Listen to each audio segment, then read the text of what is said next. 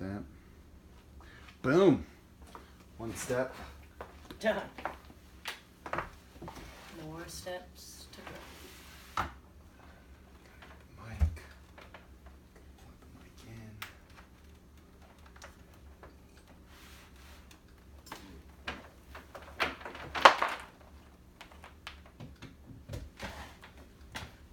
Oh man. The excitement going through your soul should be boundless. It sure is. I'm feeling things.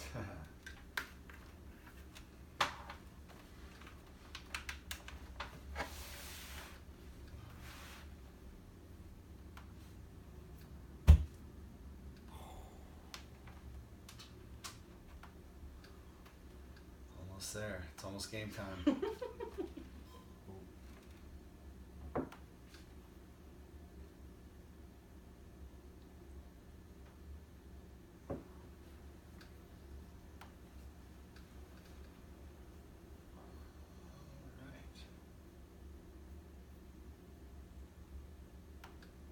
And we're live.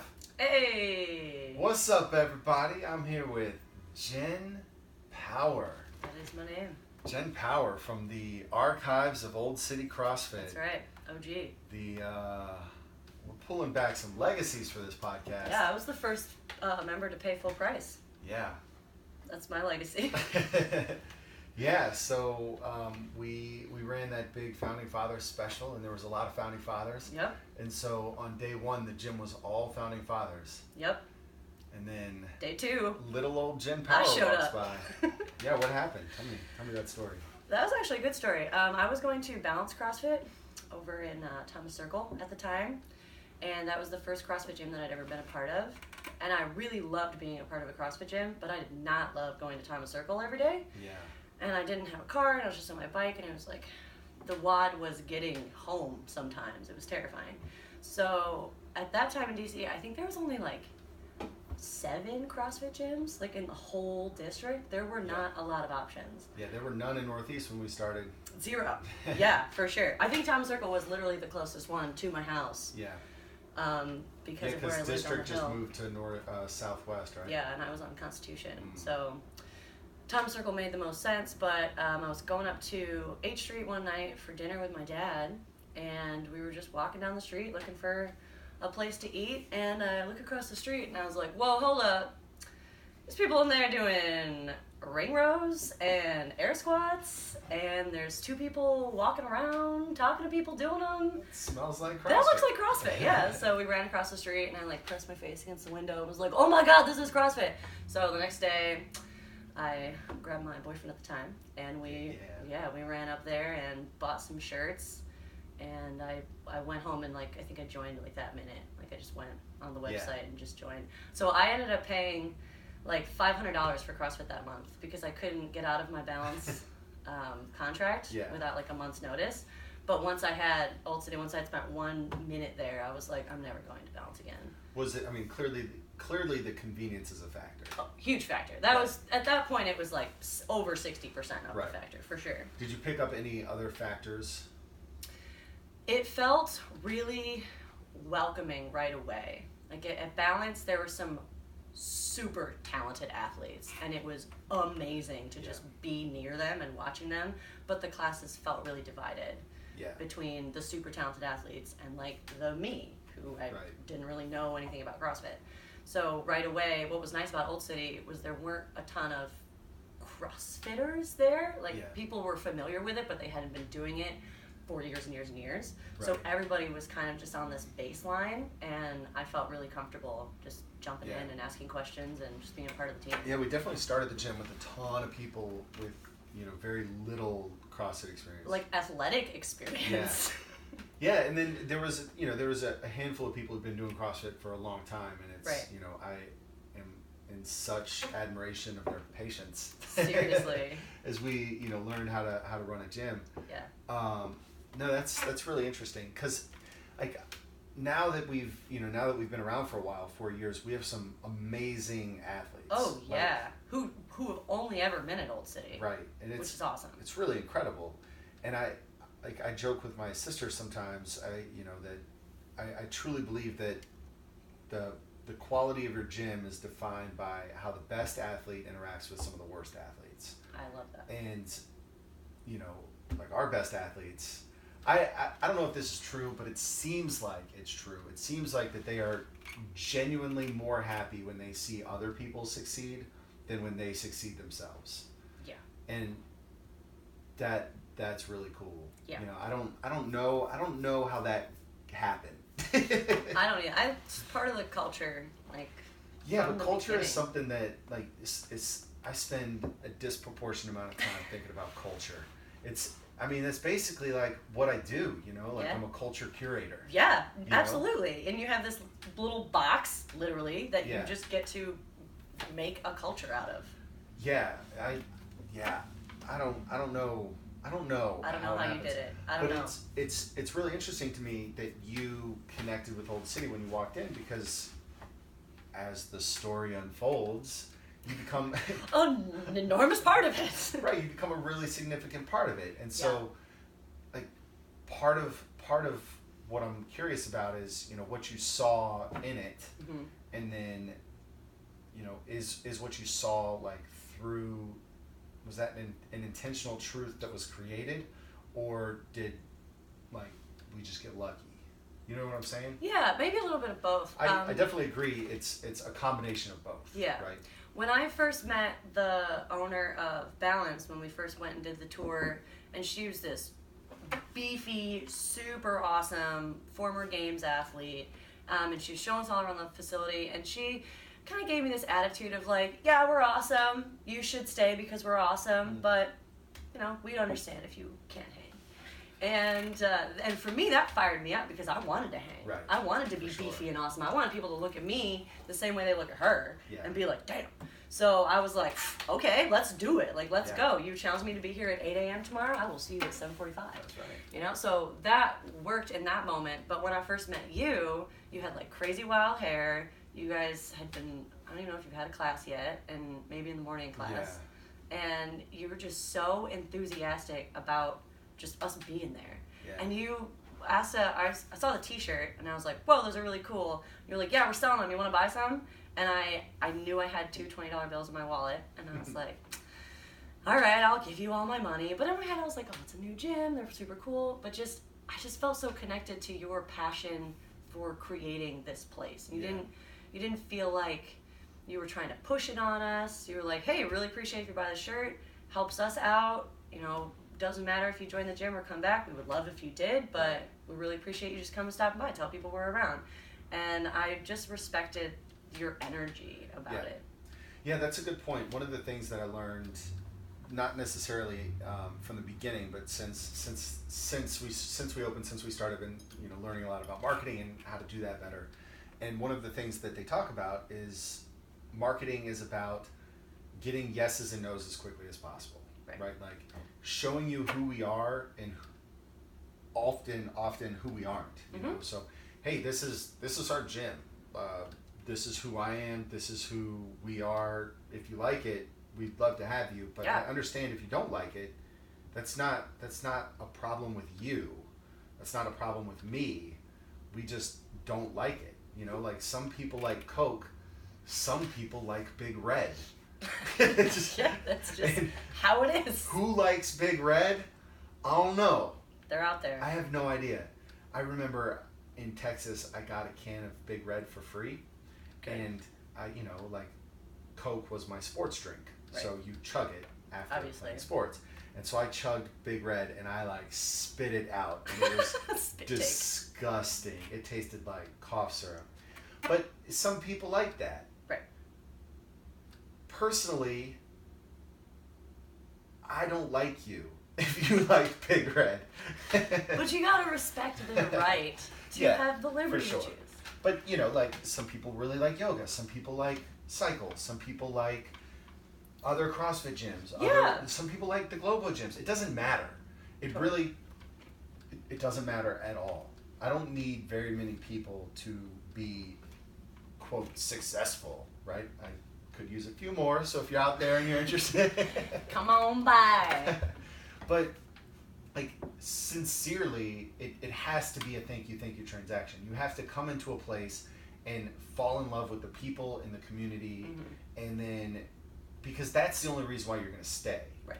And if you don't fit in, if it's not your cup of tea, then you should find somewhere else that is more your tribe. More Absolutely. Yeah, I tell people that all the time when people feel stuck in their routine or at a certain place and they're not sure what they should do. And I think a lot of them expect me to tell them to stay with it, but I'm the opposite. I'm like, no, follow your heart, switch it up. Put this down for 6 months. Don't even think about it, and then come back and see how you feel. It's constantly varied. It's part of it. You gotta switch it up. And I think even within the practice of CrossFit, you know, like Totally. I'm sure you've been here, especially when you start coaching, you just your relationship with the sport changes a little bit. So much.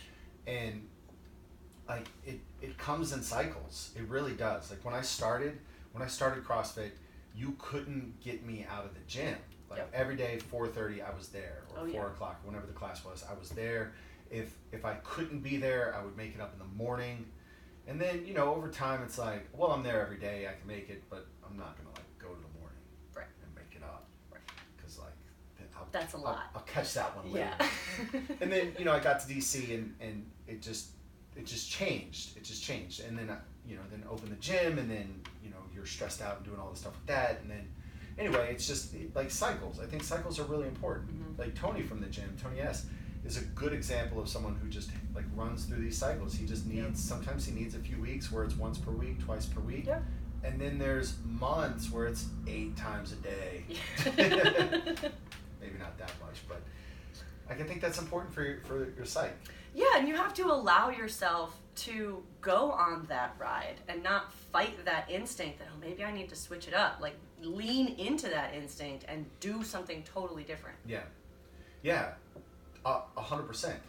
Yeah. Like if you're feeling burnt out in CrossFit, then like show up and maybe just say, all right, how many rounds can I do with women's RX instead of trying to crush myself with men's RX every day? Totally. Or let me just go to some yoga classes on the side, or join a jiu-jitsu gym, or, you know, I've whatever. been crushing some yoga.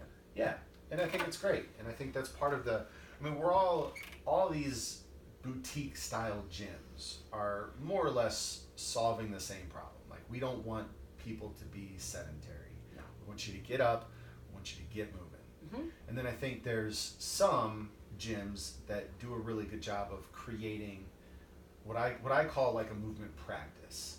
You know, yoga's definitely a movement practice. Yeah. You're aspiring to a very high level of movement quality, and basically you can never reach the end of the yoga road. Right. Which is amazing. Right, which is fantastic. I love that.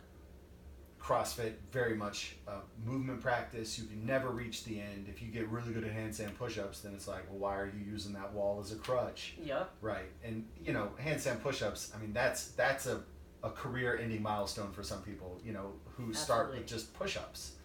And so it's really cool that there's a progression. And the progression just isn't strength or time and service. The progression is literally like, what's your range of motion? What's your maintenance? What's your technique? What's your, all of these things go into that. And I think it's beautiful when somebody really clicks and understands what CrossFit is. Then they're like, oh, this isn't the game I was playing when I signed up. It's a different game. It's a totally different game. Yeah. Yeah, it's important to always be thinking of that next step, but not be so beholden to that ultimate goal that you lose sight of the little goals on the way. That's a good point. I've made a real big point of focusing on the little goals and just really being relentlessly optimistic and celebrating as much as possible, even when it feels like there's not much to celebrate. Just really focusing on those little things like, hey, maybe I didn't do that well, but I didn't do it at all a week ago. Right. So I'm okay with not doing it very well today, because I might even do it better next week. Yeah. That's a good point. I never thought about it in that context. But I'm very much in the same boat. Like, I struggled for literally years trying to motivate myself to get back in shape. And, I was never like that out of shape. I mean, certainly I was pathetic to my own standards. To your own standards, right, being the very key words there. Of course, yeah. But the thing that I found really that's been working for me lately is not looking at a big goal. Right. You know, because do I really care about handstand push-ups or muscle ups? Not really. No. I could take them or leave them. Yeah. But I mean, obviously, I want them. I would like to do them. If you could ask me right now, would you like to have 10 muscle ups or 0 muscle ups? Well, 10. Obviously 10. Duh. Let's do that. But what I've been really focused on is just trying to connect with the day and be better each day. Yes. And then the results, you know, are coming out. Yep. It's like I don't know, tipping over your couch and shaking out the change. And Yeah. It's like, wow. Cool. Now I'm rich. Yeah. That doesn't make any sense. That Why not? analogy. Well, it's like, so here's my approach, right? So I joined this jiu-jitsu gym, and I just needed something else where I was a total newbie, where Yeah. I was like, you know, as much as I love the gym and love the community, I am always the coach and owner, and Yep. I can't let that go when I'm in the gym. I see the dust, I see the paint on the wall that needs to be whatever. I just see all the flaws, and I can't be selfish in that moment because I'm there to, you know, serving, and I want to make the gym great. I go to this gym, white belt, I'm a total newbie. It's amazing. It's awesome. It's so cool. And then like there's just carefree. I can be 100% selfish. Yeah. And you get caught up in all this like, oh, I can't wait for this belt, or you know, like I want to work towards this, or you know, what are the 6 moves I need to know before I can, you know, level up, or you know, however like you start to think about it. And then I got caught up in that race for like a week, and then I was just like, you know what? All I'm gonna do is show up every single day, like literally show up. I'm just gonna be there, and I'm gonna take whatever comes, and I'm gonna like. I'm never going to say no. If somebody wants to roll, I'm going to roll with them. And if they're 800 pounds and if they're a black belt, like I'm going to get choked out 18 times. Yeah. I'm just there. Yeah.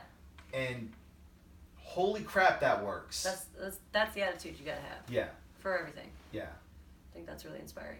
And I think oftentimes you don't put yourself in that position if you're overwhelmed by the goals you set for yourself.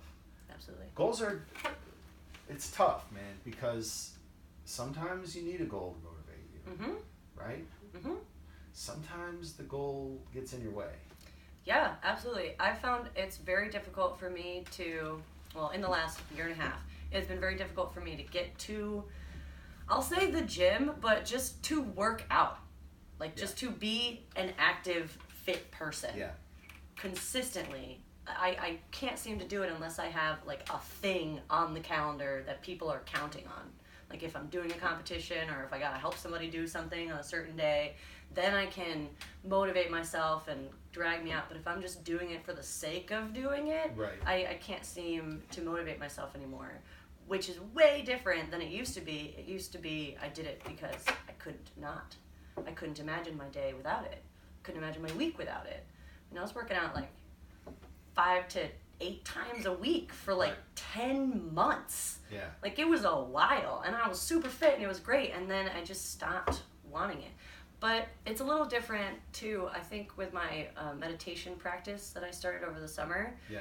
That drive to go and expend a lot of energy and feel a lot of things is a little less as well. Yeah. And I believe that I was using fitness as a bit of a crutch to avoid my emotional turmoil, because I didn't have to think about my feelings and my problems when I was trying to wrestle with this barbell or get this certain move. Interesting. So once that emotional turmoil kind of settled, the need to do something physical wasn't as strong. You didn't need the outlet as much. No. And so I couldn't justify it. Also, I was very cold for the last year and a half, and that made me very grumpy. Cold? Very cold. Oh, yeah. Yeah. Yeah. I was in Rochester, New York, and it was freezing. Yeah. So, but that's interesting. Is that a rationalization? Maybe. Well, I noticed it because really, really tough workouts stopped affecting me so dramatically.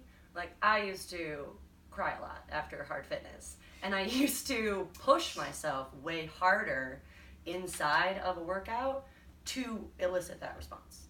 Like I would see how much time was left in the clock, and I'd be like, okay, I can definitely make myself cry if I this, that, and the other. Yeah. And I would throttle down and do it. And now I get to a point where I'm like, I don't really feel like crying today, you know, or I don't really feel the need to do this in this way. Right. I'll maybe not go for that extra round. That's interesting. So, what would make you cry?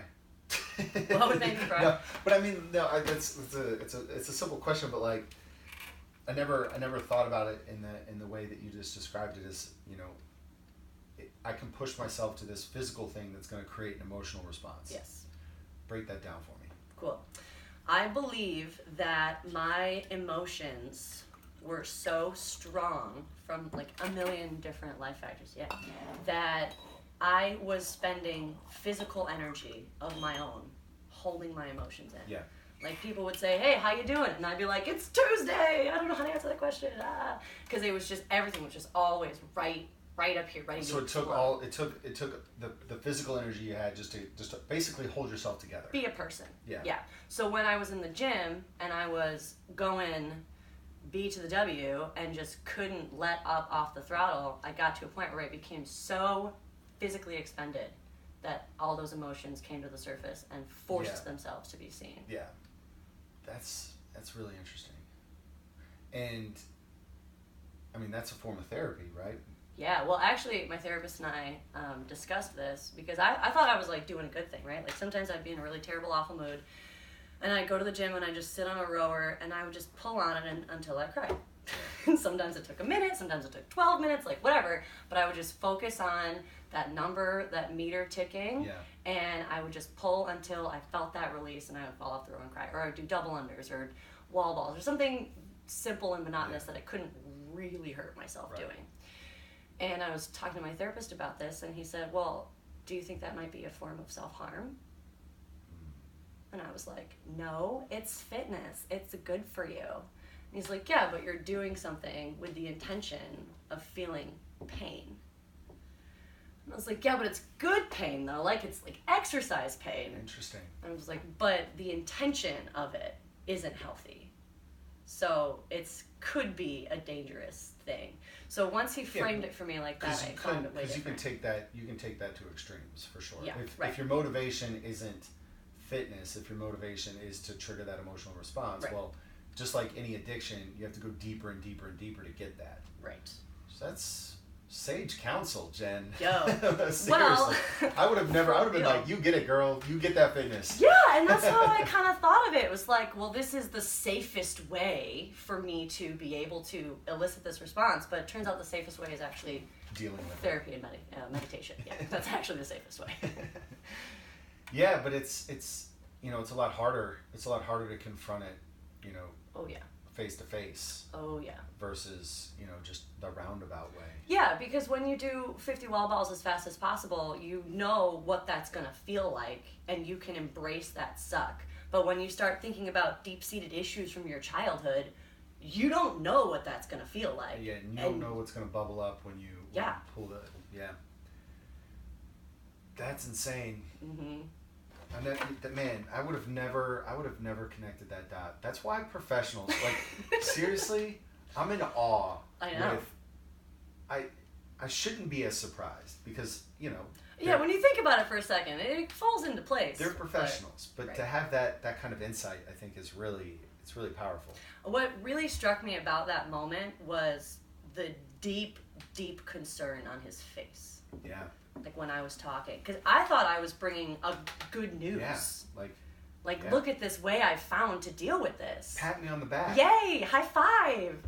Actually, this is very wrong and bad. Yeah. No. But that's a good point because, like, the motivation of something is almost, not always, but almost more important than the action. Yeah. Right? Like, if, whatever, you know, there's like at Whole Foods, if you don't bring cash to the Whole Foods bar, you can't tip.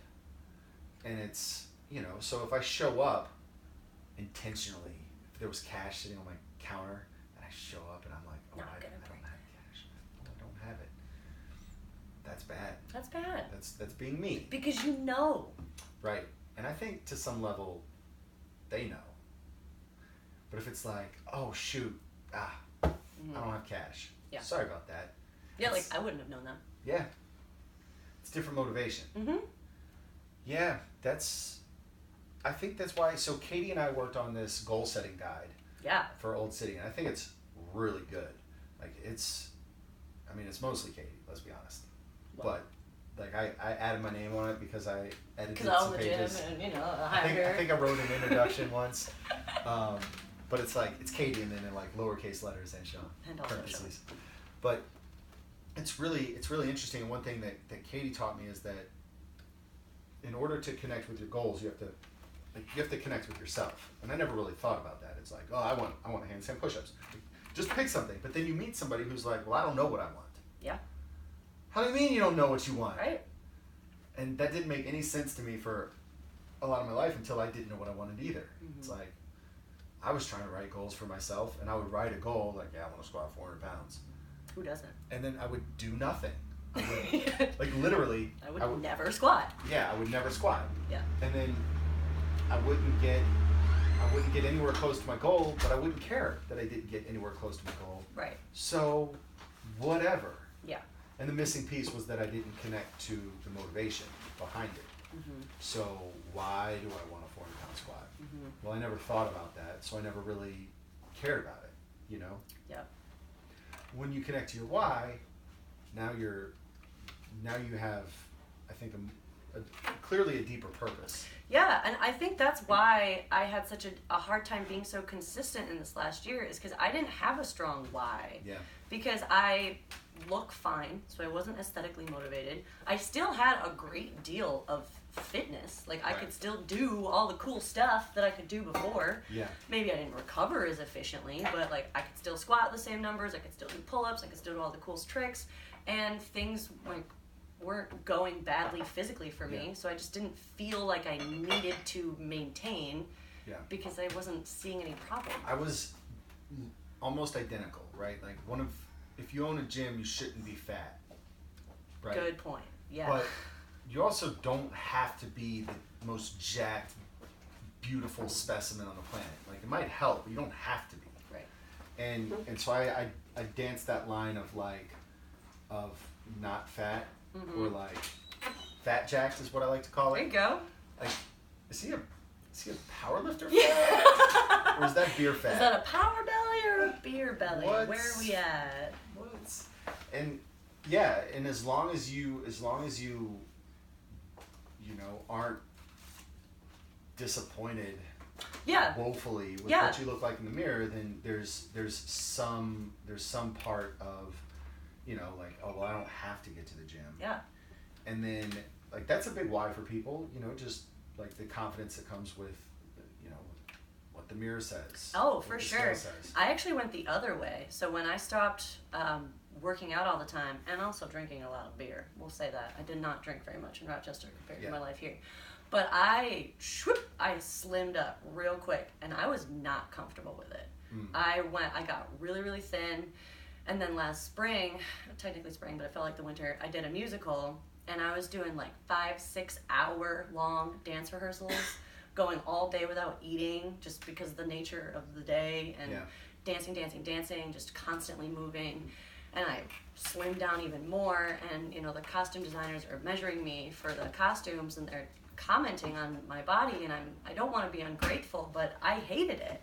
I didn't like the way it looked. I didn't like the way it felt. I felt more comfortable when I was thicker and when I was stronger, but I wasn't doing anything to maintain that. I wasn't eating the calories. I wasn't working out. I wasn't doing the training.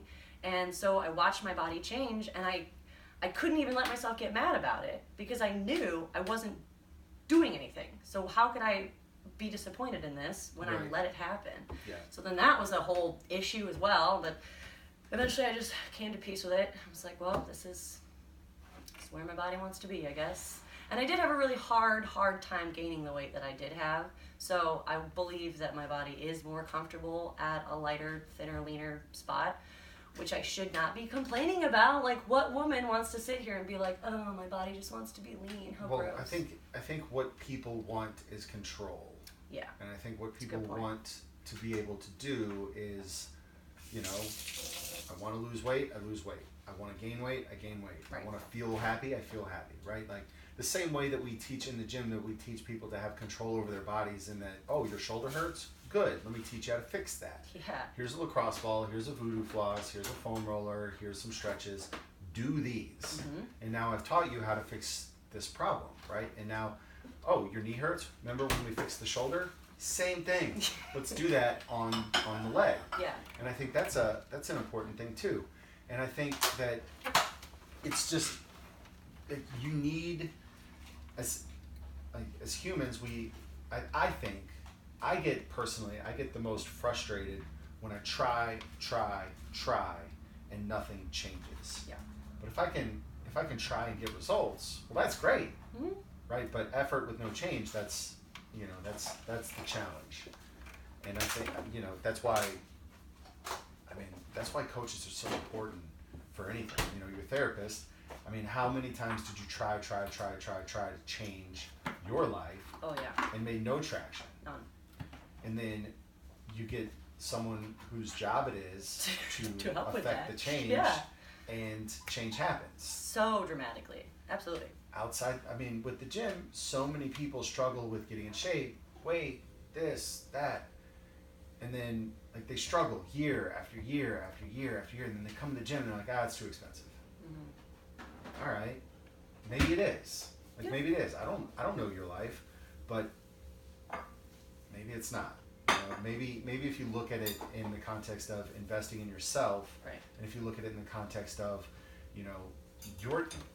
this is the thing a lot of people don't get about CrossFit gyms, good CrossFit gyms, and I think any gym that's in DC is a good CrossFit gym. So this isn't even just like an old city thing. This is like CrossFit DC district, Ivy City, like all of these gyms are phenomenal gyms, and you're gonna get the same. You're gonna get the same, right? Mm-hmm. They're gonna teach you from their years, if not decades of experience, the fastest way to get the results that you want. I don't think it's possible to get results faster through any other way than hiring a wise coach, a smart coach. Agreed. And once you have the coach, or if you have 5 coaches to choose from that are all good coaches, you need to find the coach that you connect with the best. Mm-hmm. Because at that point, it's consistency. It's, once you have a base level of knowledge, it's what program are you going to follow the most? Right. And you're gonna see results. And I think that's the thing with anybody struggling to accomplish something. It's figure out, who your coach is, and that doesn't mean it has to be like an in-person thing. Like, are you trying to lose weight? All right, cool. Pick a plan. Pick something. Yeah. Like do the Whole30, and now you're whoever. This is bad. I don't know her name. Do you know the Whole30 person's name? Mm-mm. Melissa Hartwig. Good for you. Yeah, there we go. So she's your coach. Yeah. Read her books. Yeah. She's your coach. Nailed Get it. fired up about it, Mm-hmm. right? And there's Whole30 coaches out there too. If Zone is your jam, if you want to do the Zone, Barry Sears is your coach, and do it, and then put it in place, and then do it, and then see if it makes a change. And I think when you really follow the scientific method, no results is a result if you view it like that, right? I agree. If a study doesn't prove A, well, it proves not A, and that's valuable information. Mm-hmm. So if you give Whole30, if you give it everything you got and you do it legit and you don't get the change that you wanted, well, now maybe Whole30 doesn't work for you. Great. Move on. It probably will, but maybe you probably did it wrong. Yes. Try again. But I think that's a really important point. No, I completely agree. Looking at it that way, when you said earlier, I get frustrated when I try and I don't see results. I was trying to think of a time where I tried and didn't see any result, but I think I just have the mindset of like, okay, well, if I didn't see any result, then I tried something wrong, and now I have to try something different. Yeah. And just being able to be positive and optimistic about it, and not being let down by this, say, lack of results, but say, okay, great, now I know that this whole chunk, it's not for me. Good, let's take it off the shelf, and we'll go to the next book. Yeah, well, it takes a lot of personal accountability to look at to look at a training cycle or to look at something that you really put a lot of effort in and say, well, I guess I didn't do that well enough. Because I think that needs to be the first look needs to be introspectively. Like there would be many swim seasons where I didn't make the results that I wanted, and worse, did very badly. And then I would look at the end of those seasons, and it was just looking at my own inadequacies. I gave up halfway through the season. I stopped training hard. I was at every practice, but I wasn't committed to every practice. Right. And it was the mental breakdown in October that led to the miserable performance in April. Ugh. But I could have blamed other people. I could have been like, well, my coach didn't write creative enough workouts. Yeah. He wanted me to do 10 200s fast every single day. And that's stupid. Maybe it is stupid. Doesn't excuse me for not doing it. The Exactly. people who did it swam fast. Right. The person who didn't swam slow. So there you go. But that's a hard thing to say. Oh, super hard. Yeah. It's a better thing to realize in October. Yeah. That you're not focused and need to get it together. How do you do that? It's about self-awareness and humility and patience. You have to be able to admit that you're wrong and forgive yourself for it. Forgive yourself. Ooh, yeah. Forgiveness. That's a big one. Yeah. Yeah, forgiveness and patience are really big pillars of my existence at this point in my life. Forgiveness and patience. Yeah. So you would not forgive yourself? No, like when I think about like two qualities that is Jenn Power, forgiving and patient. Right. Those are things that I work on actively every day. Right. But you work on them because you were experiencing a life that wasn't quite as good when you weren't working on Exactly. it. So you were not forgiving yourself, or you weren't forgiving other people? Yes. All of the above. Oh, totally. I didn't really understand the concept of forgiveness. Truly. How did you understand the concept before, and how do you understand it now? Well, forgiveness used to be, we'll just stop talking about this then. So say you and I have a fight, and I think you're wrong and you think I'm wrong, but we don't want to be mad at each other, so Agree we'll to just disagree. drop it. Yeah. I may have been hurt by the things you said, but I'm committed to dropping it. So I feel that anguish still. I haven't truly forgiven you for what's happened. Right. But we're not doing this anymore. So I'm still gonna have this like little wall up between us that's gonna affect our relationship. And down over the line. time, hopefully that wall deteriorates. Hopefully, but I think you have to consciously make an effort to take it down. Probably. It doesn't just go away. It depends on the level of the conflict. Absolutely. Like if I don't know, if you burn my toast making me a sandwich. It's pretty serious. I don't know why you'd be making me a sandwich. It's unforgivable. Burnt But toast. yeah, so I think it's okay. So that's forgiveness. Now, what's your understanding of forgiveness now? To truly forgive someone currently now is to give it to God. To not carry those feelings and emotions with me in my heart, to not see them and feel them when I look at that person, but to trust that it's not my place to judge them. That's the Lord's job, and that they are going to... So you're talking about like absolute forgiveness in like the truest sense of the word, where you're saying like, you wronged me. Mm-hmm. You don't need to apologize to me. You don't, like, I literally look at you and I love you and I have sympathy for you. Yeah. And I want to help you get better. Right. And the fact that you wronged me is irrelevant in my love for you. Yes. That's just part of it. That's tough, man. Oh, impossible. And that's why I say I work on this every day. Right. And like every time I feel those emotions where I want to bottle them up, or I want to get angry, or I feel like I want to yell in someone's face, I just kind of got to go through the checklist. Like, is this a hill worth dying on? Is this going to be a problem in a week or a month or a year? Did they really mean it? Just going through all the parameters of the situation. Does it start with forgiving yourself? Do you need to do that first? Because you mentioned self and others, yes. For sure. So I still struggle with forgiving myself. I'm a lot better at talking about it now, and I don't feel as much active guilt for things that I've done as I did before, but I've done some pretty unsavory things in my existence on this earth. Who has? Oh, for sure, yeah. But I had a really hard time believing that I was good and worthy of anything good because of the things I've done. Yeah, I'd imagine, because we all go through experiences where we don't feel good and we don't feel good enough, and that is bad. No, it's not good. Yeah. So learning how to forgive myself for the things that I have done and will do allows me to be freer in accepting things that come to me. What's your process of forgiving yourself? Like, what does that look like? Is it literally just, all right, Jen, you know, here's where you messed up. Here's what we're going to change. We're not going to make this mistake again. And it's just the process of being more improved and more evolved as a human, or is it just the way that you look at yourself? Is there like a pep talk thing, a Seanformation that you drop from time to time? It depends. Yeah, one of my Seanformations is every day is a new opportunity to make a better decision. Yeah. Every day you have a choice to make better choices. Yeah. And if I find myself locked in a cycle of days and days on end of making bad choices, I commit at nighttime, okay, tomorrow's going to be better. And then first thing I wake up, today's going to be a better day. Some days it's not.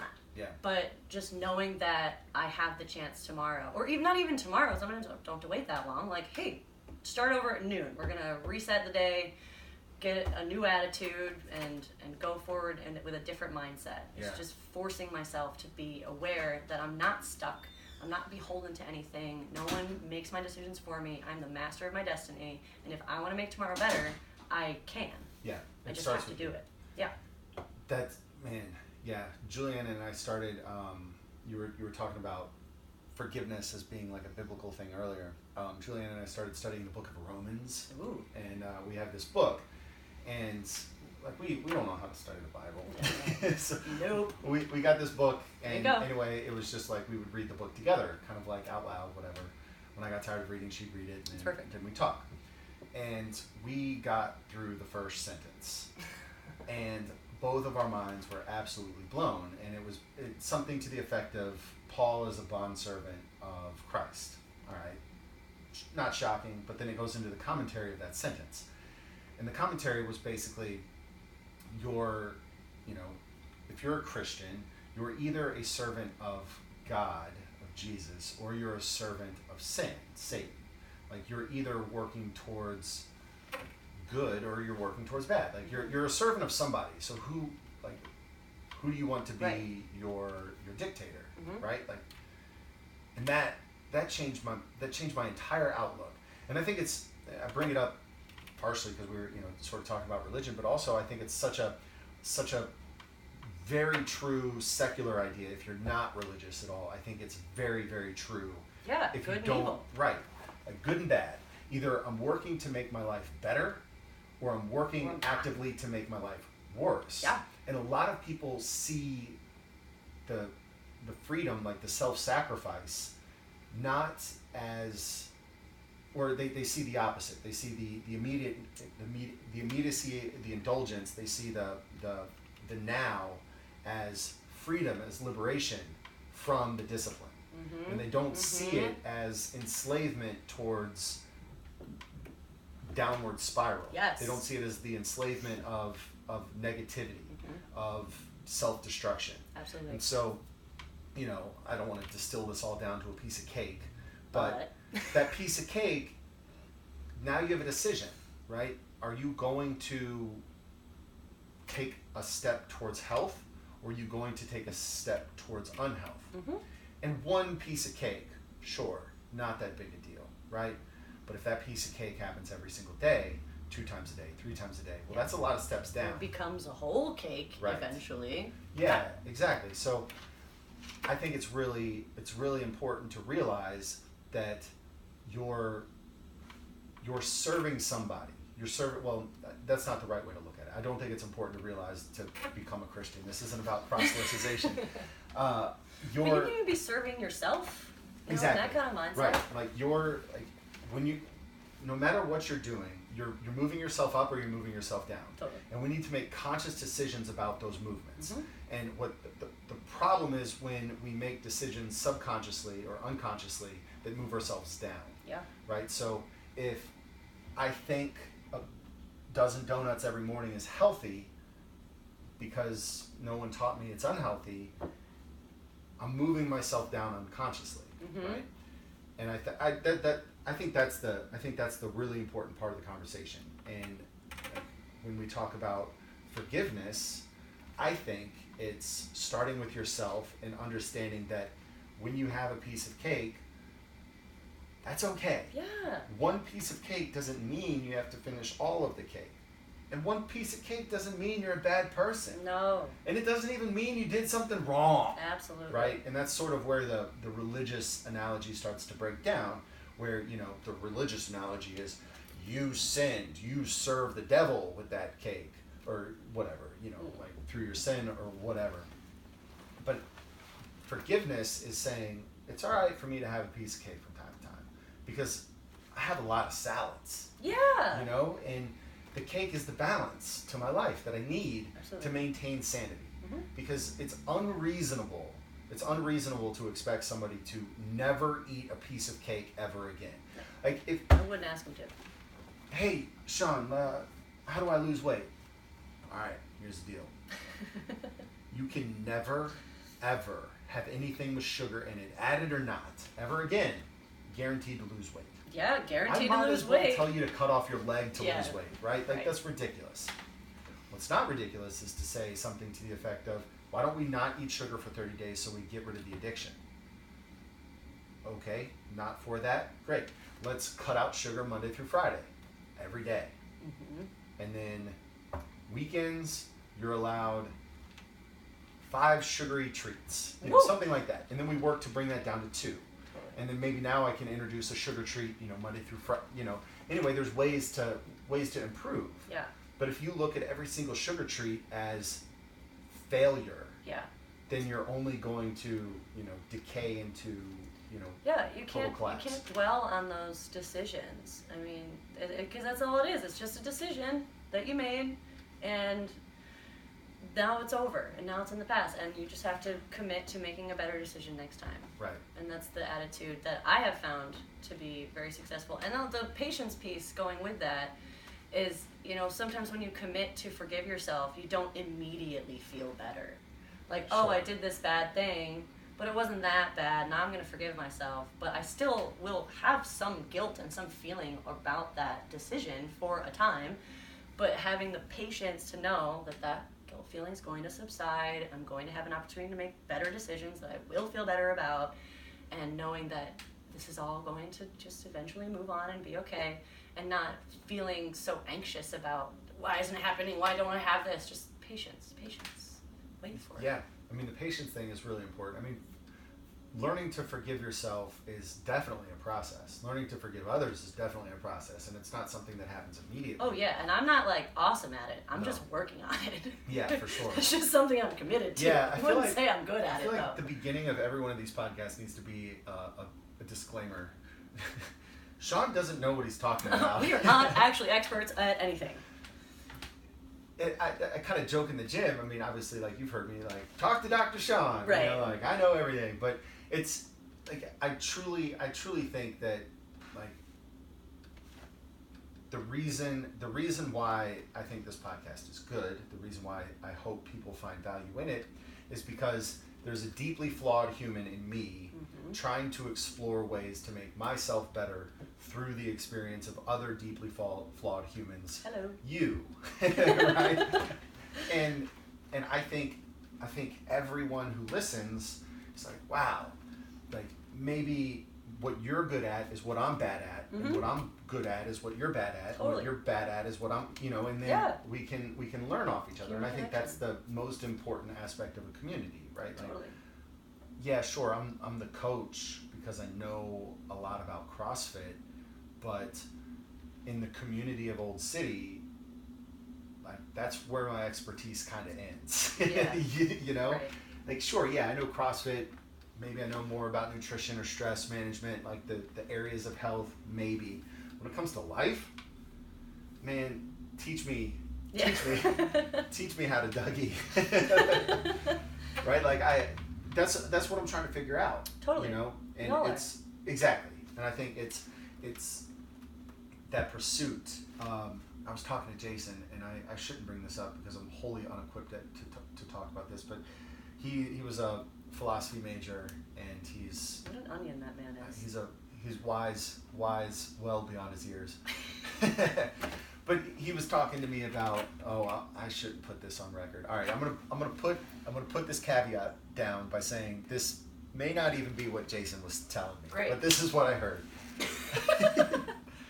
Saying that, all right, he was talking about Aristotelian philosophy. Wow, okay. Like Greek philosophy, ancient Greek philosophy, and the idea that, like, of what your purpose is in life. It was, well, you are at your happiest when you're fulfilling your purpose. Okay? A hammer's purpose is to hit a nail. A hammer is happiest hitting the nail. A hammer is unhappy when it's not hitting the nail. What's the purpose of a human? I believe what Jason told me was to reason. And so a human's happiest when they're reasoning, when they're I feel like thinking. a philosophy major would say that. Yeah. And so, anyway, I think it's following that logic, it's important for everybody, regardless of how much they know, to constantly reason with what they do know. Yeah. And explore new things to affect their reason. Mm-hmm. And so, okay, going back to Christianity, I think the most important thing about being a Christian is exploring constantly why you are a Christian. Yeah. Okay, let me now that I've evolved in my faith, by a few years, let me go back to the original premise, and do I believe there's a God? And let me really analyze that deeply. Okay, still believe there's a God. What are the new implications of that? Yeah. But it's only through the constant challenge and the constant reasoning of your beliefs that you evolve. Mm-hmm. And I think a lot of times people just get stuck. So stuck. Yeah. Well, you can't have your beliefs challenged if there's no differing beliefs around you to challenge you. So if you're a person who is uncomfortable being uncomfortable, you're not going to seek out situations where you're going to be challenged because that's uncomfortable. Right. So you're going to surround yourself with people that confirm your bias and make you feel comfortable and keep normalizing the behaviors that you have, right or wrong, and you're going to maintain that bubble because you're not strong enough, willing enough, patient enough, forgiving enough to be uncomfortable. And that's why I think CrossFit is a fantastic thing to do. Oh, for sure. Because I don't want to say so many people. A lot of us grew up playing sports. A lot of us grew up, with the challenges of sports, and challenges in school, and the uncomfortability or uncomfortableness of that life growing up. Like, it's uncomfortable being a kid. Yeah. You get picked on, and you're awkward. Your body's weird. Whatever, you get rejected. Mm-hmm. You get, wow, that worked. That's cool. Like, this is awesome. And it's literally like a roller coaster. Mm-hmm. And so you're pretty comfortable being uncomfortable. But at some point, you become an adult, and you look at yourself in the mirror, and you're that, whatever. If you were the dork in high school, now you're the confident, badass, wildly interesting hipster nerd who's like deeply nuanced and fascinating. Mm-hmm. And if you're the jock, then you open a CrossFit gym and changing lives. And a lot of people like you, and you're still pretty cool because you've always been super cool. All right. I wasn't cool. I was a dork. I was not cool either. I was negative cool. Well, I didn't do sports. My athletic background was dance. And that it was athletic in the sense that, like, I was moving my body and I had to do certain things, but it was never challenging, probably because I didn't do hard enough dance, but I enjoyed it. I enjoyed performing, I enjoyed being on stage, I enjoyed the relief from being myself that it provided. So I didn't really get to live in that, like, pain cave that CrossFit takes you to. And I was not okay with being sweaty or with being sore. I remember getting into a very heated argument with the guy that I was dating who brought me into CrossFit about squatting and how I didn't want to. Because it hurts. Because I didn't like when my legs were sore. because it decreased my quality of life. I didn't want my quads to be sore. I didn't want to be uncomfortable going upstairs. I just didn't like moving around when I was sore. Right. Arms, core, whatever, that didn't bother me as much, but it just legs. Just bummed me out. And since I had been a dancer and I was pretty active, my legs weren't weak. Right. They weren't unshapely. They looked fine. They felt fine. Yeah. I felt like it was good. And we were like screaming at each other about the importance of squatting. And now it's so ironic because like I'm the squat queen. Like that's my jam. Like you won't find somebody who squats better or more intensely than me. And so I've come so far. Hear that, Jason? Oh, it's on. It's on. Start the clock. But it's just that progression of going from the polar opposites through learning to appreciate that strength and learning to appreciate that struggle and going from this is something that I hate and literally refuse to do to this is something that I could only do and be fine with. Yeah. But you have to go through that. You have to go through that learning curve. Yeah, it was like a 3-year process. Right. It was a long time. Yeah. I mean, getting comfortable with the uncomfortable. Right? If you're uncomfortable squatting, that means you should probably squat more. Right. You know? Like, but I was living in that closed-minded mentality of I didn't want to be challenged. I didn't want to feel that. And I didn't appreciate people pushing it on me. Right. And I became very defensive. Well, and that it might also be because you were spending all of your energy holding yourself together. Absolutely. That you didn't have another ounce of energy for accepting and internalization, and like that would make the house of cards crumble. Yeah, like I thought of it as like my life is hard enough just as it is. Right. Why should I go out of my way to make it worse? I don't need another challenge. No. Right. I'm good. And that's a good point. That's a good point. Because I think the people. Yeah, I mean in this jiu-jitsu gym that I joined, it's a bunch of really great humans that I'm interacting with. They're just down to earth, good people. I enjoy all of them. Good. They're fantastic.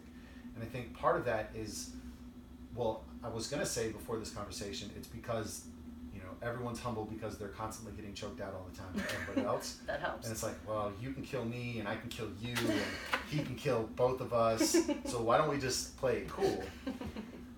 But what I'm starting to think maybe is more accurate is the fact that they're getting choked out all the time is because they've gotten their lives in relative order, and that has put them in a place where they're able to have the egoless, humble approach to training, where if somebody was carrying a huge chip on their shoulder, they're not going to be okay with getting choked out all the time, but it's not because they're getting choked out all the time. It's because they haven't resolved an issue that's lingering.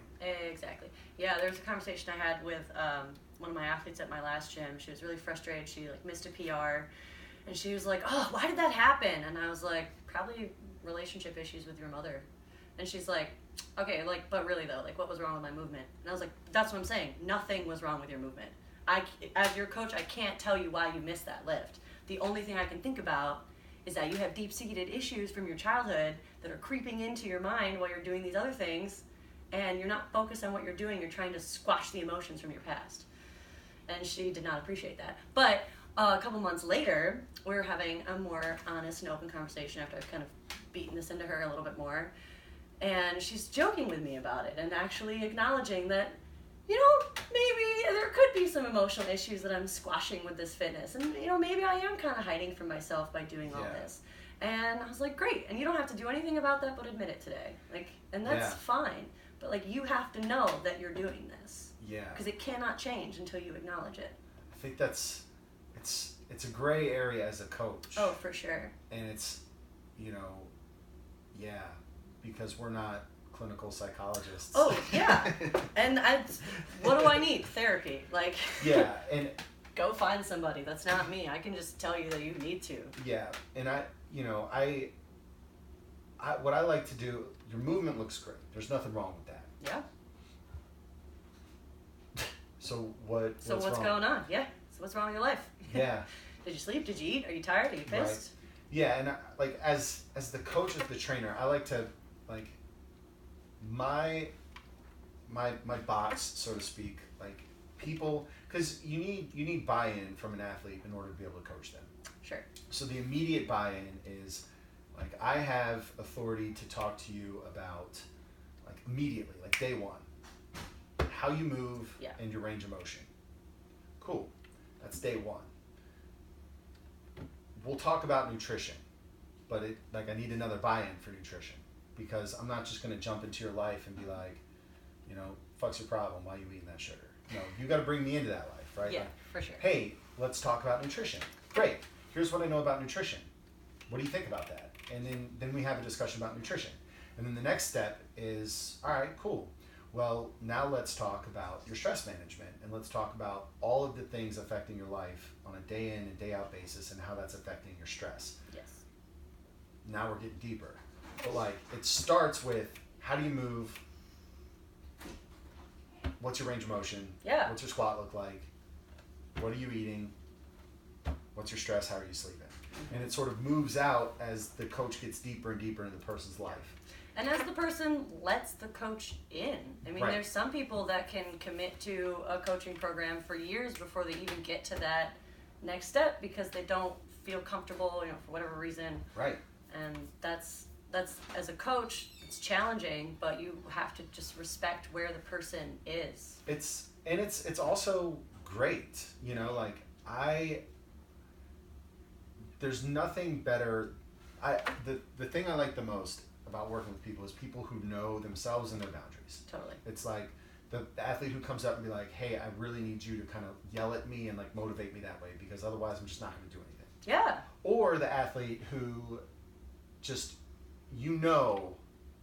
they just want to be left alone. Yes. And that's great. Yep. That's fantastic. Go for it. I'm really happy that that's been communicated to me, because I don't want to overcoach that person and make them unhappy. Yeah. Because consistency, compliance, adherence is the most important thing out of everything. And over time, if they're in class, they're going to learn, right? Yeah. If they're at home, they're not going to learn. Nope. And so the only way that I can teach is if you're in class. And so I want you in class. I want you in class. I want you in class. And then I want to help you as much as you want me to help you. Yeah, right. And that's it. And, if the barrier is you're not quite confident that I know what I'm talking about in nutrition or stress, great, cool. I'm fine with that. Mm-hmm. Go see a nutritionist, someone who you have that confidence in. Right. Or straight up tell me, like, hey, I would like your help, but I don't think you're smart enough. Prove to me that you're smart enough. Boom. And let's just talk about it. And if you're talking about things that I don't know, I'm going to be like, I don't know. I remember my very first day coaching at Old City CrossFit. I was like so ready, through the moon, fresh off my L1, and I came home and I took an entire notebook page and just filled it. And the heading was things I know nothing about. Yeah. And I just, from that first day, just everything from that day that I realized I knew nothing about. And so my homework, and I think it took me about 2 months to get through that list, was every day I'd pick something from the list and I'd learn as much as I could about it. Yeah.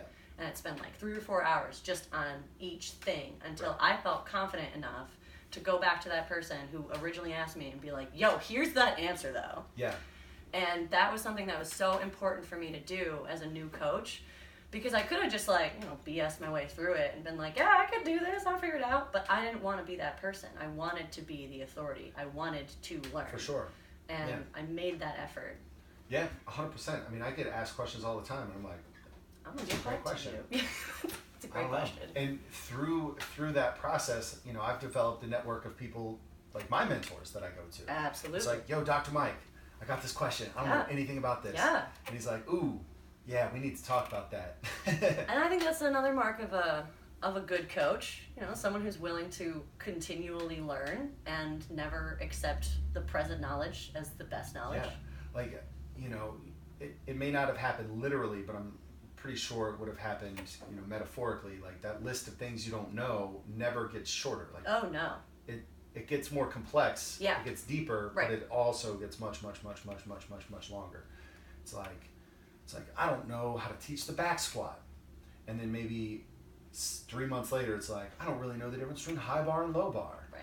Maybe a few months later, it's like, when, I don't know how to fix bilateral hip impingement or something. I don't even know what that's the thing. I just tried to say something that sounded smart. But yeah, and honestly, I think that's not a characteristic of coaching. Human. I think no matter what your profession is, it has to be true. Like, you're never done learning, especially in 2018. I feel like if you're done learning in 2018, you're wrong. You're not going to be employable for very long. No. I mean, things change so incredibly, alarmingly, hilariously fast. Yeah. I mean, I left DC in June of 2016, and there's entire neighborhoods I don't recognize. Right. It's 2018 now. Can you imagine, like, just going to an island for 5 years and then coming back and seeing just the technology change? Yeah. Like, Think about what? people in prison. Like, people are getting out of jail that were locked up in the 80s and 90s that, like, have never seen an iPhone in real life. Don't even know that the laws have changed, things like that. It's out of control. Yeah. It's a very real problem. That's pretty crazy. Yeah.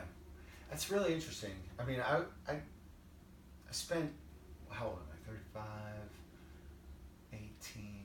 Yeah, I've almost been alive with a cell phone longer than I was alive without a cell phone. Certainly, like, my conscious life. Yeah. I've had a cell phone more than I haven't. But there was a huge part of my life. I didn't get a cell phone until I was a sophomore in college, maybe a junior in college. Yeah. So, like, the idea, I remember high school, like, it was my senior year, going to a little high school, graduation party type thing, had directions. Yeah. And I went, and I couldn't find it. And I couldn't find it. Yeah. I went home. Right. And I called. And I got clarification. And then I went back. Yes. Yeah, no, absolutely. And you're older than I am. I'm only 28. But when I first moved to college, like, GPSs weren't a thing. And if they were $1 million. So right. I didn't have one. And I had, like, a little Samsung flip phone. So I had my MapQuest directions printed out. Yep.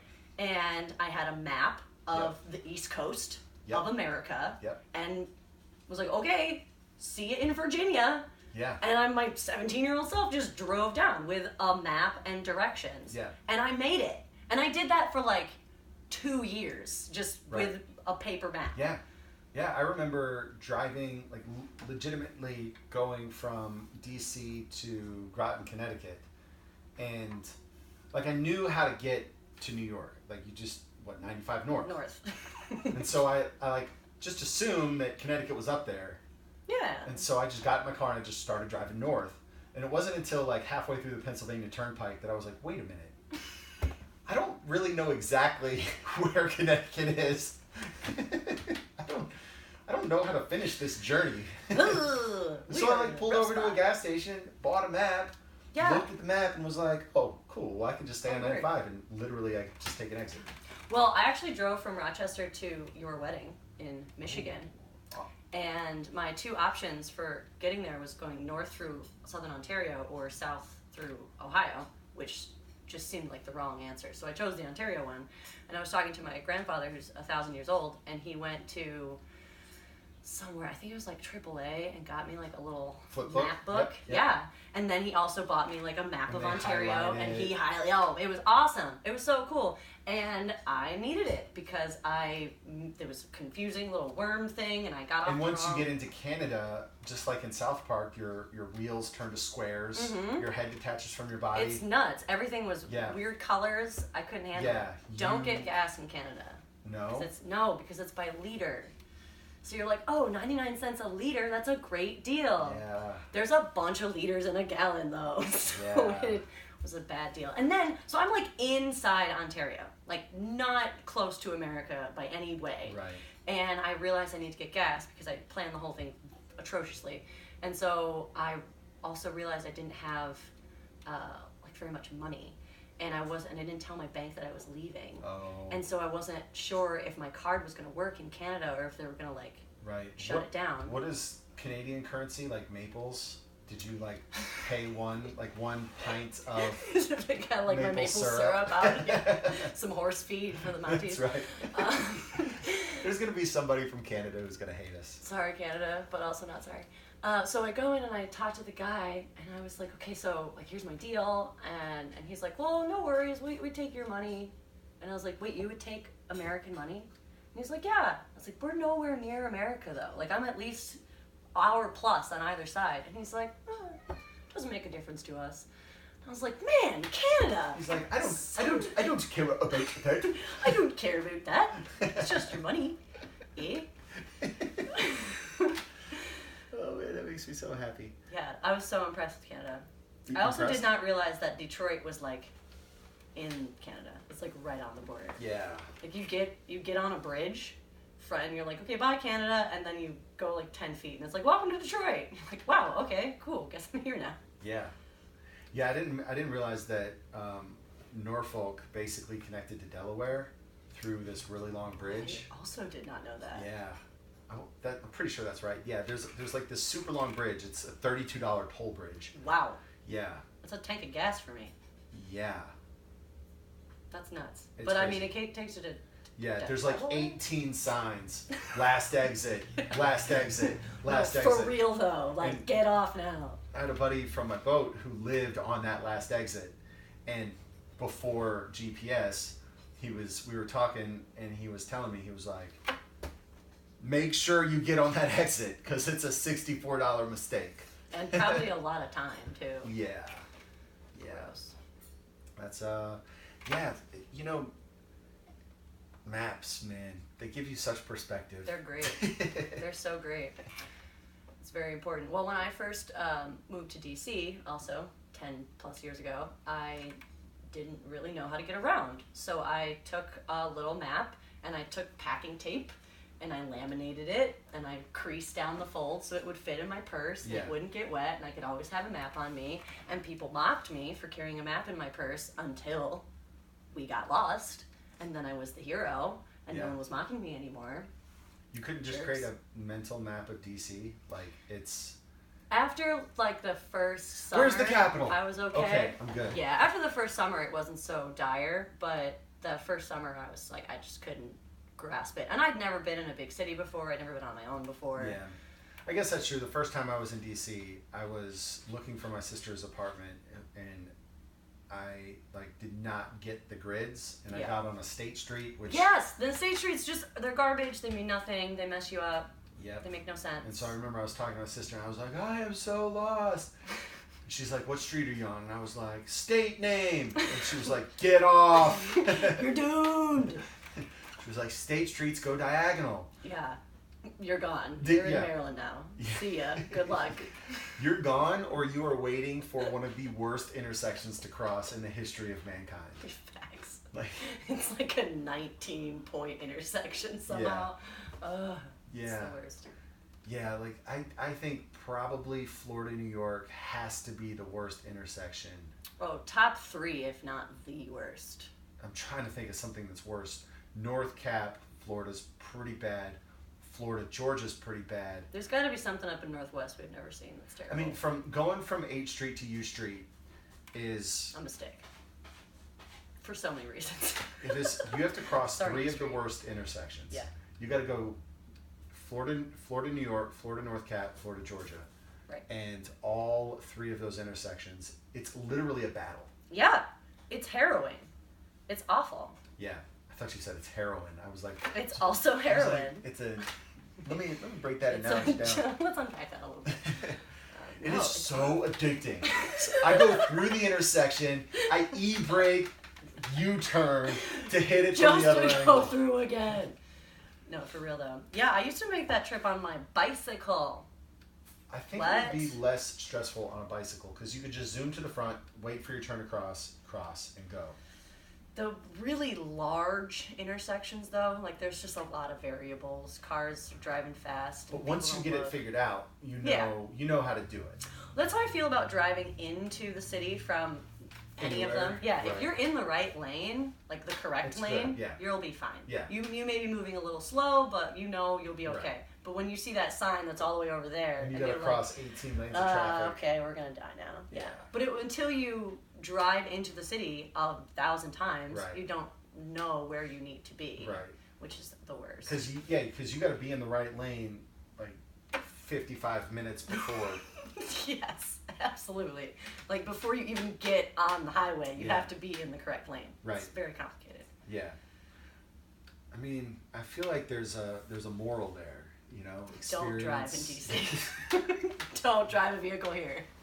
Yeah. Well, you know, experience. It's experience. Yeah, absolutely. There's something to be said for the old wise therapist who's seen people exercise themselves to death over and over and over again. I'm sure it's not that common.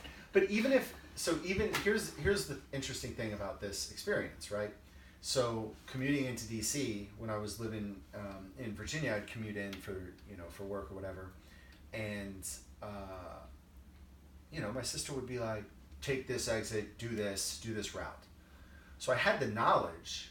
She imparted the knowledge, but I didn't internalize the knowledge until I did it a million times. And even the first time, like Aaron was like, take this exit, do this, it'll work out. Even that first time, like I drove past that exit like 5 times. Yeah. There it goes. And then I would like have to like look and be like, where does that road go? Oh, where does that road go? Yeah. Like, how does that connect back with this? Right. And then the first time you do it, it's scary. And you're doing it with the confidence that somebody told you it's okay to do. Totally. And it's still scary. Totally. And you do it, and all right, that was good. And you do it again, you're like, is this going to work again? Like, that's too good to be true. I can't believe not everybody in the world knows this. And you do it again, you're like, all right. And you do it again, and then eventually it's just like, yep, that's what I do. Yeah, it's like CrossFit. Exactly. Well, it's like anything.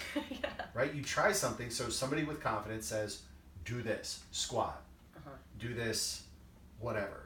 This will work. I got you. Yeah. It's still freaking scary. Totally. Doing something that you've never done or that you never done that way, doing it for the first time is a scary thing. Oh, for sure. And it takes a lot of trust. It does. Well, actually, something that our dear friend Liam coached me through back in the day. I don't know, something was going on. I was really nervous. Maybe it was the open. I don't know. And he was like, the only difference between nerves and excitement is choice. Choose to be excited. Don't be nervous. And I was like, yeah, okay, I'll just like choose to be excited, bro. But then as I walked up to whatever it was I was doing, I was like, yeah, be excited. Choose to be excited. And just kind of flipping that intention from, oh, I don't know what's going to happen. It could be bad to, oh, I don't know what's going to happen. It could be bad. Oh, it could be good. But what's the choice you're making? Because I think that's important. Because I think that's an easy thing to say. To be optimistic, not be afraid. I think you're nervous because you're afraid of an outcome. You're afraid of a negative outcome. Yeah. You're afraid of an outcome that hasn't been decided. You're excited when the outcome was in your favor. Right? Yeah. When do you get excited? When something good is going to happen. Like you know something good is going to happen, and it hasn't happened yet, and you're excited. Or you're excited that something good just happened. Yeah. The outcome is known. When are you nervous? When I'm unsure. The outcome is unknown. Yeah. And the outcome could be good, really good, so your potential is there. The outcome could also be very bad. Yeah. Because if the outcome was only bad, you wouldn't be nervous, you'd be scared. Yes. Right? So if outcome predictability is negative, fear. If outcome predictability is positive, excitement. Yeah. If outcome predictability is undecided, nervous, because it could go one of either way. So I think that's an important distinction. Sure. Because while I believe Liam is right in saying it's a choice, yes, you have to peel that onion a little bit to figure out what choice it is that you're making. Because you can't just choose to be excited, because that's not necessarily going to work, because the outcome is still undecided. So you can fake, you can Sean formation your way out of it, and you can increase your likelihood of having a positive outcome with a more positive mindset, but you're still nervous because the outcome hasn't been decided. So I think the choice is, well, there's a lot of different ways to think about this. I'm thinking about this theory that I just laid out is happening in real time. Great. And I'm really proud of it. Let's run with it. So if you're nervous and you want to embrace the excitement, then you have to legitimately convince yourself that either outcome that's about to happen is a positive, exciting outcome. Absolutely. And that no matter what happens, you're ready for it. Yeah. And that's okay. Yeah. And then now the outcome is less important. And if the outcome is less important, then it strips away the fear of defeat, the fear of rejection, the fear of, whatever it is, because you're 100% okay with whatever happens. Yep. Because right now is the most important moment. Right. And so if you're okay with failure and if you're okay with success, then the choice to shift from nervous to excitement is the choice to accept failure. Yes, I completely agree. No, I think that's great. And part of what helps me change my mind from nervous to excited is by accepting that any perceived failure is an opportunity to redirect and grow. So then you get excited Yes. about the opportunity to win. Yeah. Or like Conor McGregor. He's like, I win. I lose, I win. Yeah. Because I learn. Yeah, no, exactly, literally. And I think that's such an important mindset, especially when athletes get really bogged down with like the numbers, either the numbers of their weights, or the numbers on the scale, or whatever numbers they're obsessed with, and they just get so fixated on that they can't see any other number as possibly having a benefit. But when you peel it back and kind of zoom out a little bit, it's like, okay, I'm obsessed with squatting 400 pounds for a legitimate reason. I've decided my why is good, but I'm only at 240. That's disappointing, but now this informs that maybe what I'm doing in the gym isn't enough. Maybe I need to start doing stuff at home too. Maybe I need to bring that nutrition up to a higher level. Maybe Protein. maybe I need to talk to someone about my stress management or something like that. Yeah. Making sure that you are doing everything you can and taking those failures as an opportunity to reassess and possibly redirect if needed. Right. And if you redirect and you assess everything and you decide, no, I want to keep doing exactly what I'm doing and not redirect, then okay, commit to that. And if you get the same result in whatever amount of time, be honest with yourself that, okay, now really, I tried to stay on course, but this isn't the right course. Yeah. Now I need to redirect for real. Yeah. I mean, I think that's kind of life in a way. It's stepping, reassessing, stepping in a better direction. Always. Man, it's like in CrossFit, it's kind of a joke, but I think it's kind of true too. I mean, I'm not talking about the like falling out of a tree type injuries. I tore my ACL skiing. Okay, well, that didn't happen over time. But, if you start having a nagging shoulder pain, eventually that nagging shoulder pain, it has the potential of turning into a torn shoulder pain. Yeah. A torn rotator cuff, something like that. Or elbow pain is eventually going to lead into some sort of, bicep something, some tendonitis something. Mm-hmm. It's going to turn into an injury. And so the nagging pain is a good thing. Yes. Right? Like, it is a very good thing. Like, you do CrossFit so that you get those pains. Yes. Because those pains, maybe that's not the only reason, but those pains legitimately tell you where to focus your attention and where your body's starting to break down. Totally. It's your body's early warning system, and it gives you insight into where you're creating dysfunctional patterns. Mm-hmm. So your knee hurts. Good. I didn't see your lack of hip range of motion in your squat because it looks pretty good. But upon further assessment, it doesn't look so good. Yeah. So let's work on your hip, and let's work on your calf pretty aggressively, and that should clean up the knee pain over time. Without that early warning system, then we would just go straight to tendonitis, or worse, torn whatever. Mm-hmm. And I think life is very much the same. And failure is the nagging pains. And failure gives us the opportunity to course correct. Or, like, wow, humility check, or ego check, or wow, I was starting to get really confident. And that confidence was undeserved. My bad. And it just puts you back into your place. And I think that's one of the reasons why it's really important to constantly struggle, constantly do challenging things, constantly learn, constantly push yourself. Yeah. Because only through that course of making yourself continuously uncomfortable are you able to make more corrections for your life. Yeah. So if I'm unhappy with where I'm at, in my life, whatever that unhappiness is, maybe maybe I'm overweight, maybe I eat like garbage, maybe I'm single and want to be married, maybe I'm married and want to be happier. I'm married and want to be single. No, married and want to be happier in my marriage. Yes. You're probably not going to get there by doing nothing. Like, Probably. unless you have a broken leg, nothing is not the answer to solving the problem. Right. Typically, again, not clinical psychologists, just people who've lived Lives. And I think this is true for almost anybody. Like you have to do something. Okay, so my relationship with my friend isn't as good as I want it to be. Okay, well, let's talk about why that's not good. Mm-hmm. Maybe that conversation will lead down a very, very bad path. Maybe that conversation will go very bad. Okay, well, now we've found the area that needs to be improved. Right. And if I care about this person, I will work very hard to improve that part. Right. Maybe I was very selfish in working with that person, and I need to apologize for my greed or my sin upon them. I need to look at that and be, wow, I really let you down in this scenario. I told you I was going to pick you up from the airport and I didn't, and that caused you to miss the family reunion. Mm-hmm. That'd be a bummer. It'd be a bummer, and I could understand why someone would carry resentment for that. I don't know where that came from, by the way. That's never happened. I will always take you to your family reunion. Always. That's right. Call Sean. He'll pick you up from the airport no matter what.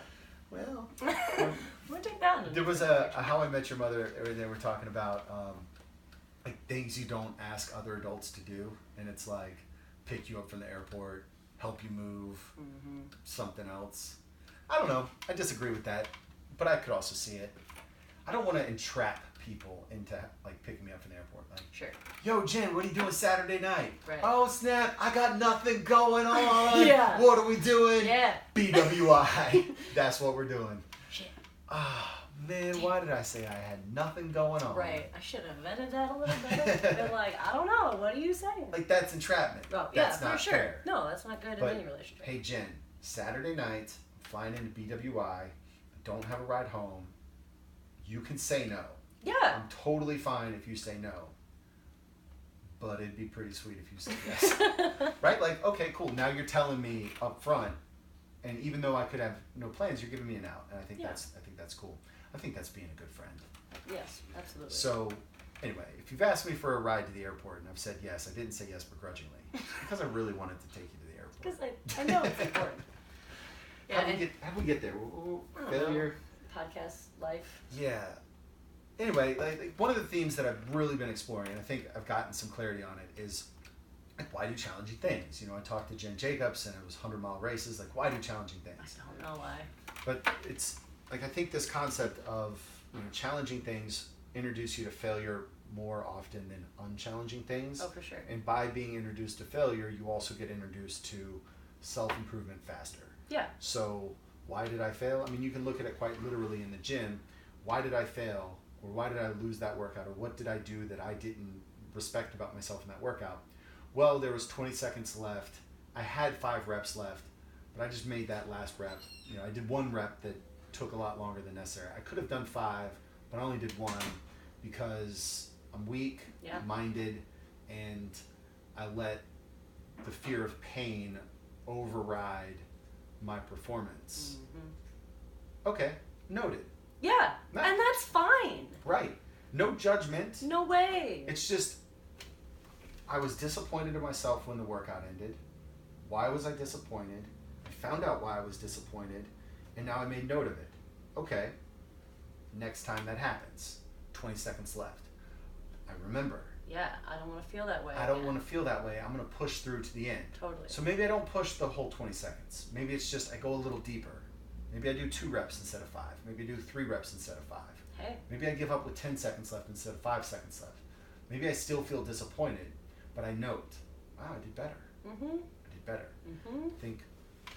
I think that same concept is true in life and in relationships or in your work. Like anything that you do, it's like, okay, well, I don't like coming home watching TV every night. for 5 hours. Right. So why don't I come home and cook dinner and listen to a podcast, or cook dinner and listen to music and keep the TV off?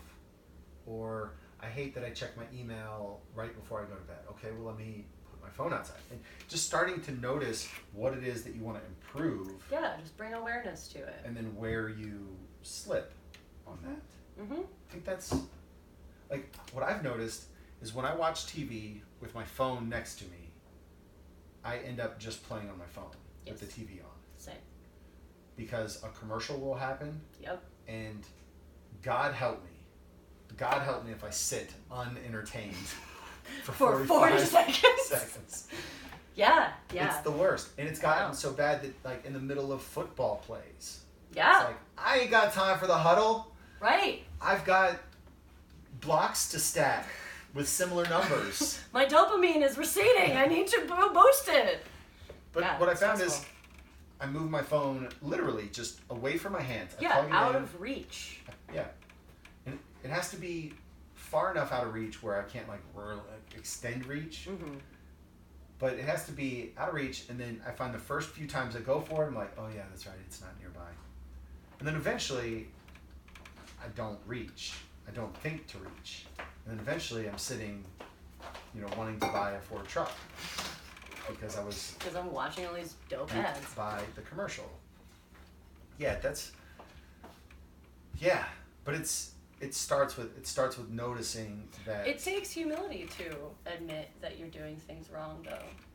Yeah. Like, even acknowledging it to yourself, like even having that conversation with yourself, like, oh, I think I'm on my phone too much. Maybe I should put it farther away. That can be really, really challenging for people, because if they allow themselves to admit that they're on their phone too much, would they allow themselves to admit that they're not present in their relationships? Would they allow themselves to admit they're not trying as hard as they could at work? That maybe they have substance issues? Like, it starts this snowball that people not ready for sometimes. Yeah. What are you trying to fix? In my life? Yeah. What are you working on? You mentioned forgiveness and persistence. Yeah. Or patience? Patience. Yeah. Well, patience is kind of persistence. It is. I was like, that's the same line. Same word. Same thinking. Your out there, Matt Martz is putting his hand on his head going, it is not the same word. Sorry, Dad. Yeah, what do you, what's your, Consistency is the big thing. So when I first started behavior therapy, cognitive behavior therapy, a lot of it was, probably the first 4 months was just awareness, like just becoming aware of these tendencies and habits in my life. Starting to notice. Yeah, that weren't great. And just starting to notice the qualities of the people around myself and the qualities of myself that I saw in other people and all that stuff. And after we got through the awareness chunk, it was about learning how to make better decisions that at that time in my life were completely against my nature. Yeah. Because I had surrounded myself in this, happy little bubble of comfortability / dysfunction, and I didn't know how to break out of it. I didn't know how to make better choices. I didn't know how to be good, or honest, or any of that. Yep. And it was terrifying and really, really hard. So now at this point in my development, in my recovery, I have a lot better understanding of what that means. Of what good decisions mean. Yes, of what it looks like to have healthy relationships, of what it feels like to be in an honest conversation. I'm more comfortable with that, but I'm not as consistent as I would like to be. So there's relapses into negative tendencies. All the time. Right. I relapse all the time. Is there a specific, I'm not trying to dig and psychoanalyze Jenn Power, but I'm just trying to get and I'll discuss me next. But it's, I'm just curious what that looks like. So, the consistency, are there specific relapses that you tend to do, surrounding specific things, or is it just you notice after it's done and you haven't quite figured out if there's a specific area that tends to be more difficult for you than other areas? Yeah, I kind of notice it either after or inside of it, this is bad. This is not the choice I meant to make, or this is not the choice I could have made. I could have been better here. Yeah. Yeah. And a lot of times you don't really see the cost of your actions until some time has passed. For sure. So sometimes it's days, weeks, or months later before I'm like, oh, that was not good. Yeah, hindsight is stupid. 20. Hindsight doesn't make any sense. I hate hindsight. But the difference is being able to look back at the hindsight and say, okay, I messed up here, I could have been better here, but this was great. Versus, oh, I'm terrible and I'm bad and I did this bad thing and this is just what. And nothing is great. Yeah, and I am bad and that's just how it is. Right. And so being able to forgive myself and, well, first of all, be honest with what actually really truly happened. Yeah.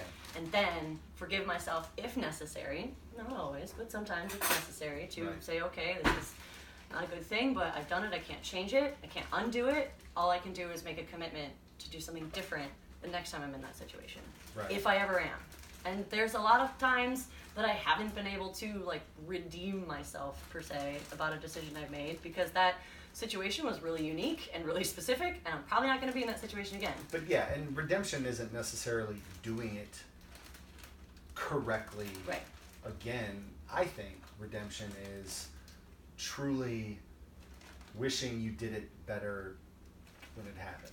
Yeah, and also not lamenting over it. Like, not letting it replay over and over and waking up in the middle of the night thinking about all the lies I've told. Like, I don't do that anymore, which is much better for my overall person. Yeah, Jordan Peterson's 12 Rules for Life, one of them is tell the truth. Yeah. Or at least don't lie. No. And that was the biggest thing for me, because when I was going to say I was a liar and untruthful, is I wasn't telling blatant lies. Like, you asked me a question, I would not lie to your face. I would not lie. Right. I would say everything true, but just not necessarily the whole meat and potatoes. But after articulating 10 truths, you can look at that as being one big lie. Absolutely. And that was something that in therapy we talked about, because asking me like how honest and truthful I am, and I'm like, oh yeah, I don't lie, because I really honestly believe that I did not lie, because I worked really hard on not lying. Like, you can't play the play here. Like, I wrote the book, and we were discussing this, and we're talking about just being honest and being authentic and what that means. It's like, well, if you're purposefully omitting entire pieces of things, is that true? Is that authentic? Is that honestly, are you able to really connect with the person? And then, like, keeping track of all that over time, like, what did I tell this person? What did I tell this person? How deep did I go in with this person? And are they talking to each other? Like, are my stories going to match up? And just became very stressful over time. So I've really committed to just being super blunt, very honest, super truthful. And it's so freeing. The truth will set you free. Yeah. For real. And I kind of like balked at that statement for a while, like, yeah, okay, whatever. But no, it's real. Just be honest. Have you, I would imagine the therapist is good at dropping hard truths on you. Oh, yerp. So, has being told hard truths set you free in some capacity? It does eventually.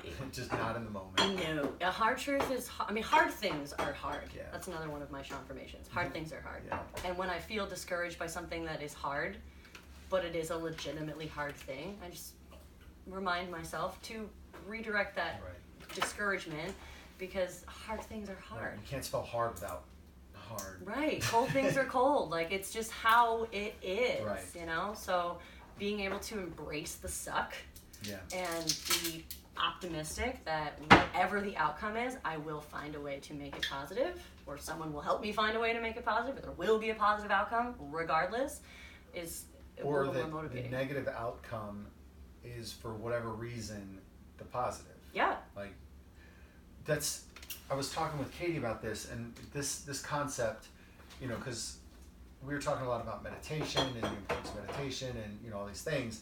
And it's about, being okay with whatever the moment is, right? So I thought it was about being happy with whatever the moment is. And so I thought it was like, oh, it's raining, yippee! Yeah. And then I wondered why Juliana thought I was so annoying all the time. And it's because I was, like, forcing myself to enjoy the rain. Yeah. When the reality of being present, or my understanding of, my reality of being present presently is, oh, it's raining. Yeah, yeah. It's raining. It doesn't ruin my day, and it's not a good thing that it's raining. It's just water from the sky is falling, and now that's a reality. Yeah. And that's okay. Oh, it's raining. Neutral. Yeah, for sure. If you noted a hint of excitement in my voice, that was wrong. Right. And if you notice that this ruined my day, that's also wrong. Because it's just rain. Yeah, we got some advice from a nice old man who's been married a long time, and he asked very nicely if he could give us some marriage advice. And we were like, absolutely, because we're getting married soon, so right. Caveat. And he said, feelings are neither good nor bad. They are. And when your partner has a feeling, accept it. Yeah. Don't accept it as a good thing or a bad thing. Just let your partner feel. And be aware. Yeah, that you guys are going to feel stuff. Yeah. That's what it is. There's this guy, I haven't fully studied him, but I forget his name, but his philosophy is nonviolent communication. Yeah. And it's probably a bad description of what it is, but it's a way of communicating, because feelings are a result of unmet needs. Right. Feelings are a result of needs being met or unmet, right? Like, I feel happy and joy when my needs are being met, and I feel fear, I feel anger, I feel resentment when needs aren't being met, right? Like, I have a need to be respected, and if someone disrespects me, I feel angry, perhaps, right? Like, so anger is the feeling, but the problem isn't anger. Yeah. The problem is respect. Right. And so I need to address the problem. Totally. Hey, person, human, why did you feel the need, or why did you disrespect me in this situation? That was disrespectful. Right. I didn't mean to do that. Totally. Oh, okay. Word. Or because you're adult. Like, you are a legitimate idiot. Yeah. And I meant all the disrespect in the And world. I don't feel the need to respect you. Yeah, absolutely. And okay, great. Well, then now we know what we're talking about. And if I thought that I was, in a position worthy of respect, and you disrespected me, and then you convinced me that I did something foolish, and whatever. Maybe respect is a bad example, because I think you should probably always respect people. That'd be nice. Maybe not. I'm sure there's scenarios like, would you respect Jeffrey Dahmer? I don't. That's too deep for the purposes of this conversation. The answer is probably no. He's a bad guy, obviously. Anyway, what were we talking about? Bring up a serial killer. Yeah, then everything goes out the window. Yeah. So feelings and needs, and so what I've been trying to do in my life is figuring out when I have a feeling to associate that to a need. Yeah. And then just figure out if that need that I'm missing, right, if it's a negative emotion, if that need, if I isolate it to a need, is that a rational thing, or is that an irrational thing? Right. Is this need something that has to be filled by somebody else? Maybe I'm putting, maybe my anger is because I need to be respected, and I don't respect myself. Bingo. And whatever, you're just the casualty of my self-introspection. Yeah, absolutely. That's part of the awareness part of my first part of therapy, was figuring out what those needs are and who is truly responsible for meeting that need. And I was putting a lot of responsibility on other people to meet needs that I was responsible for. And I was constantly disappointed because 100%. people cannot provide what I am responsible for. They never will. You probably didn't even know Nope. what you wanted. Uh-uh. And that's, So two things with that. One, the idea is that I cannot make you feel anything. Nope. You choose your feelings. And so I can disrespect you, I can do whatever, I can be rude to you. Like I am responsible for my interaction with you for sure, but you are responsible for how you interpret that interaction. Totally. That's important. Yeah. The other important thing has slipped my mind. So we're just gonna have to rewind. The one important thing is, yeah. I mean, I can't make you feel something. That was something that I struggled with, because in that sense that other people can't make you feel things, you can't make other people feel things. Right. And I had a really hard time accepting both of those as reality. Like, I was totally cool with the idea that I can't make people feel things. Like, yeah, that makes sense. I can acknowledge that. Like, I can rationally admit that. But then you flip it and say, okay, well, that means other people can't make you feel things. And it's like, well, hold on. Time out. Hold up. Like, what do you mean? Then where do I get happiness from? Bingo. Right. Yeah, so that was, like, bridging those ideas was another whole process of understanding and being able to really, truly embody that and believe it. And really believe it, which came after the understanding. Yeah, I mean, it takes a long time to figure that out. Sure. You know? And some people never figure it out. And I don't even think figuring it out has an end either. No. You know, because if you've walked one step towards that understanding, that doesn't mean you're finished. No. That means, okay, well, there's probably a deeper complexity to this, you know, these feelings, this situation. Right. And you need to explore that. But you're more aware, you're more conscious. Totally.